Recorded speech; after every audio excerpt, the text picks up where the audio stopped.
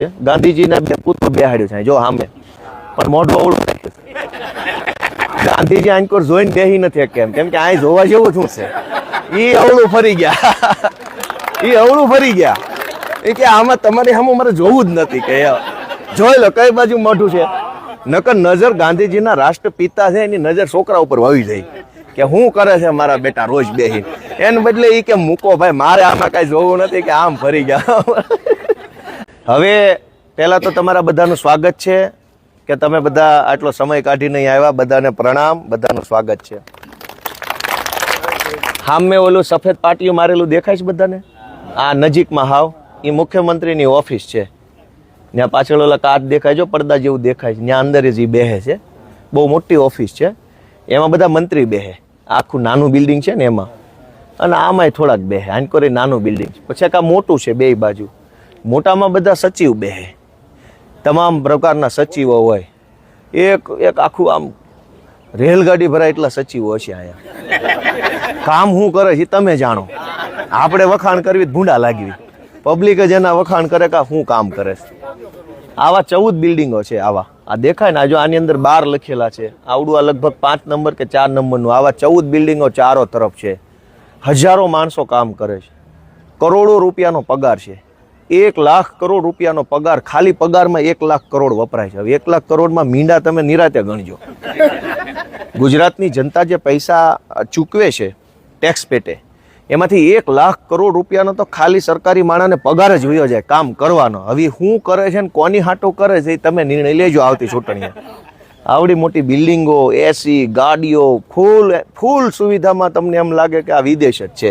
આ તમે જોવો છે ક્યાંય ધૂળે નહીં જોવા મળે, માખીઓ જોવા નહીં મળે, ગંદકી નહીં હોય, ટ્રાફિક નહીં હોય. ફૂલ ફેસિલિટીમાં જીવવાનું તમારા પ્રતાપે છે. અને એટલે જેઠે ઉતરવા તૈયાર નથી. હવે ખંભે બેહી ગયા છે. એટલે તમે આ બધું જોવો તો તમને ખબર પડે કે મત નકરા લઈ જાય ભાઈ આ શું કરે તો કે મજા. કામ કરતા હોય તો જેઠે નું આવું થઈ ગયું હોય, કેમ અહીંયા જ આવું છે. એટલે તમે બધા આવ્યા. આ વિઠ્ઠલભાઈ પટેલ ભવન લખ્યું છે. વિઠ્ઠલભાઈ પટેલનું નામ કેમ છે અહીંયા? વિઠ્ઠલભાઈ પટેલ સરદાર પટેલના હગા ભાઈ હતા, મોટા ભાઈ. અને સંસદીય પ્રક્રિયાઓ જે છે, લોકસભા કેમ ચાલે, વિધાનસભા કેમ ચાલે, એના જે નિયમો છે, એના દેશના બહુ સૌથી બુદ્ધિશાળી માણસ એ જમાનામાં એ હતા. અને અંગ્રેજોએ વિધાનસભા બનાવી હતી, સેન્ટ્રલ લેજિસ્લેટિવ એસેમ્બલી, કેન્દ્રીય વિધાનસભા હતી દિલ્હીમાં. એનું અત્યારે દિલ્હી સરકાર જ્યાં બેસે છે એ બિલ્ડિંગ અંગ્રેજોએ બનાવ્યું. એના એ અધ્યક્ષ હતા અને ખૂબ બુદ્ધિશાળી માણસ હતા. એ જમાનામાં સૌથી બુદ્ધિશાળી માણસ કહેવાય વૈધાનિક બાબતો સંસદીમાં એ હતા. અને એના દિમાગના આઈડિયાથી તે આખી બધી પ્રણાલિકાઓ બની છે. અને એટલે એવા મહાન માણસનું નામ એ વિધાનસભા ઉપર રાખ્યું છે. આ બંને મોટા, આ નાના બિલ્ડિંગ છે એ સ્વર્ણિમ સંકુલ છે. અને ઓલા છે એ સચિવાલયના મકાનો છે. ગાંધીજીના બે પુત્ર બેહાડ્યો છે જો સામે, પણ મોઢું અવળું ગાંધીજી આંકોર જોઈને બેહી નથી કેમ કે આ જોવા જેવું શું છે. એ અવળું ફરી ગયા, એ કે આમાં તમારે સામે મારે જોવું જ નથી કે જોઈ લો કઈ બાજુ મોઢું છે. નકર નજર ગાંધીજીના રાષ્ટ્રપિતા છે એની નજર છોકરા ઉપર વળી જાય કે શું કરે છે મારા બેટા રોજ બેહી, એને બદલે એ કે મૂકો ભાઈ મારે આમાં કઈ જોવું નથી કે આમ ફરી ગયા. આ હાલત અહીંયા છે, જોઈ લીધી નજરે. હવે કહેજો બધા ગામમાં જઈને લોકોને ગાંધીજી જેવા ગાંધીજી મોઢું ફેરવી લીધું છે. હવે એમાં આપણે ક્યાં એની વાહે લબડવાની જરૂર છે? વાત સાચી કે ખોટી? પછી અંદર બધા કેવું વાંચતા હતા? રેડી વાંચતા હતા? ભાષણ તો ક્યાંક હતું, વક્તવ્ય હતું જ નહીં, વાંચતા હતા. એટલે મેં તમને પૂછ્યું કે વાંચતા હતા બરાબર? થોડાક આ બાજુ આવી જાવ એટલે હાલવાની વ્યવસ્થા. થોડાક આ બાજુ આવી જાવ. એક ઓલું પીળું પંપુડું હટાઈ દેજો વડીલ, કાંઈ વાંધો નહીં, હટાઈ દો તમે. હાવ હાલવાની વ્યવસ્થા થઈ જાય. હા, મારો વારો હજુ આવશે. એટલે હવે વસ્તુ શું છે, બે વાત છે. મારે અંદર જવાનો ટાઈમ થઈ ગયો છે કે સરકાર કરોડો અબજો રૂપિયા ફાળવે છે. 4 લાખ કરોડનું બજેટ આવ્યું. એવડી મોટી વાતો અહીંયા બેહીન થાય છે. એના કરતાં 10% કામ હેઠે નથી થતું. તમે વાતું 20 કિલોની કરો તો 500 ગ્રામ તો કામ કરો. અમે એટલું જ કહીએ છીએ વિપક્ષ તરીકે, 500 ગ્રામ કામ કરીને દો. 20 કિલોની ભલે વાત કરી લીધી, પણ નહીં. ગયા વર્ષે 20 કિલોની કરી હોય તો આ વખતે 40 કિલોની વાતો કરે. કામ તો ગયા વર્ષે એવું ને એવું, આ વર્ષે એવું ને એવું. તમને જાણીને નવાઈ લાગશે કે સરકારનું બજેટ હમણાં આવ્યું એમાં શહેરોનો વિકાસ કરવા માટે 33,000 કરોડ રૂપિયા ફાળવા, ગામડાનો વિકાસ કરવા માટે કેટલા ફાળવા? 14,000 કરોડ. શહેર કરતા અડધા રૂપિયા નથી ફાળવા. હવે રૂપિયા જ ઓછા આપ્યા છે, હવે ગોળ નાખે એટલું ગળ્યું થાય ને. ગોળ જ ઓછો નાખ્યો છે તો કેમ ગળ્યું થાય? આ સરકાર એમ ધારે છે ગામડાનો વિકાસ ન થાવો જો, ગામડું ભાંગીને બરબાદ થઈ જાય તો બધા વિસ્તરા પોટલા લઈને અમદાવાદ, રાજકોટ, સુરત આવવા માંડે, હાંકડી ખોલ્યુંમાં રહે તો સરકારના લાચાર બને. અત્યારે તમે તમારા મરજીના માલિક છો, કેમ કે 10, 15, 20 વીઘાના તમે ખાતેદાર છો, એટલે તમે આમ તમારું બિંદાસ છે કે ભાઈ આપણે કોઈના ઓશિયાળા નથી, અમારું ખેતર છે, મહેનત કરીને ખાવું છે, કોઈની ઓશિયાળી કરવી નથી. તમને ઓશિયાળા બનાવવા હાટું થઈ ખેતીનો વિકાસ ન થાય, ગામડાનો વિકાસ ન થાય, એટલે અહીંથી પૈસા જ ઓછા ફાળવા છે. 50% કરતાંય ઓછા છે, અડધો અડધ નથી. ગુજરાતમાં ગામડા જાજા કે શહેરો જાજા? તો પૈસા જાજા ક્યાં ફાળવવા જોઈએ? હવે પૈસા ફાળવા જ નથી, એટલે ગામડામાં રોડ નહીં બને, દવાખાનામાં ડોક્ટર નહીં આવે, શાળામાં શિક્ષક નહીં આવે, બસ નહીં આવે, નાળા નહીં થાય, પૂર સંરક્ષણ દિવાલું નહીં થાય, ખેતરના કેળા નહીં, કેમ કે પૈસા જ ન થાય.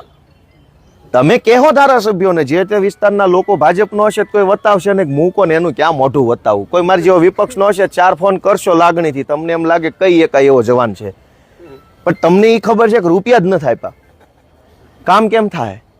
14,000 કરોડ રૂપિયામાંથી તે અડધો અડધ રૂપિયા પગારમાં વયા જાય, સરકારી પગારમાં, અને બાકીના જાહેરાતમાં. કાંઈક વધે તો તમારું ન વધે, જય ભોળાનાથ. આ પરિસ્થિતિ ગુજરાતની તમે નજરે જોઈ શકો. સાંભળો ઘડીક, તમે નજરે જોઈ શકો કે ભાઈ તમે વર્ષોથી મત આપ કરો છો, પણ થાય શું આયા?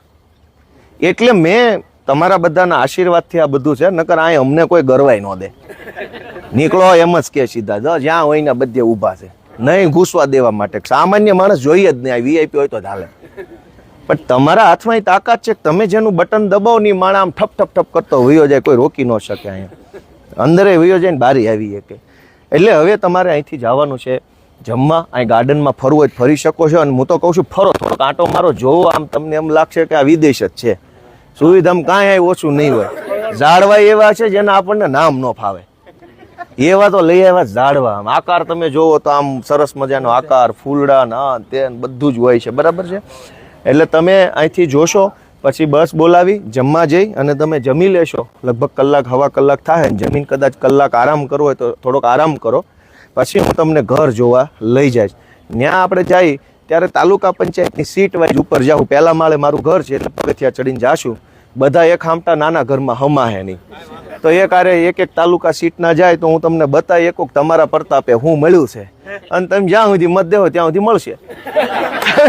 તમે તાળું મારી દો, અહીં અમને કાઢી મૂકશે કે હાલો નીકળો, વાત પૂરી થઈ ગઈ હવે. એટલે પણ મારું એટલું જ કહેવાનું છે કે તમારા પ્રતાપે, પબ્લિકના પ્રતાપે, જનતાએ કેટલો પરસેવો રેડે છે ને, ત્યારે આ લોકો અહીં કેવી મજા કરે છે, અને ઊભા થઈને કોઈ કામની વાત ક્યાંય પબ્લિકનું આવતું નથી. માત્ર મોદીના વખાણ, માત્ર અમિત શાહના, હર્ષ સંઘવીના, જે ઊભો થાય ને વખાણ કરે છે, જે ઊભો થાય ને નકરું. અરે પણ 10 મિનિટ ખાલી માનની ભૂપેન્દ્રભાઈ પાછા એને મૃદુ બોલતા નથી આવતું, મુર્દું કરે. અડધાને તો મૃદુ એટલે કોમળ, એને મૃદુ બોલતા કે મુર્દુ મુખ્યમંત્રી. આવું હાવ બધું જય ભોળાનાથ હાલે. એટલે બધું ઈ તમે નજરે જોવો તો તમે માનો. એટલે મેં તમને અહીંયા આમંત્રણ કર્યું છે, તમે આવ્યા, મને બહુ ખુશી થઈ. મારાથી કાંઈ અગવડ સગવડ થઈ હોય તો માફ કરજો, થોડીક હડિયા પાટી છે. કાંઈ દાંત તો પૂરા આવતા હોય, પણ કેમેરા અમારી સામે હોય બહુ કઢાય નહીં. ઝાઝા દાંત આવતા હોય પણ કેટલાક કાઢવા, ઓલો અમારી સામે જો કે નકરા દાંત કાંઈક કરે, પછી શું કરવું અમારે તે, બરાબર છે. અને બધાનો ખૂબ ખૂબ હૃદયપૂર્વક આભાર. હું અંદર જાઉં છું. ધવલભાઈ, દિનેશભાઈ ને બધા આપણા સંકલન જોઈ રહ્યા છે, બરાબર. હમણાં પાછો હું તમને મળીશ. થોડુંક વહેલું મોડું થાય, થોડીક અગવડ સગવડ થાય તો કાંઈ ઓલું સહકાર આપજો બધા આપણી ટીમને, બરાબર છે.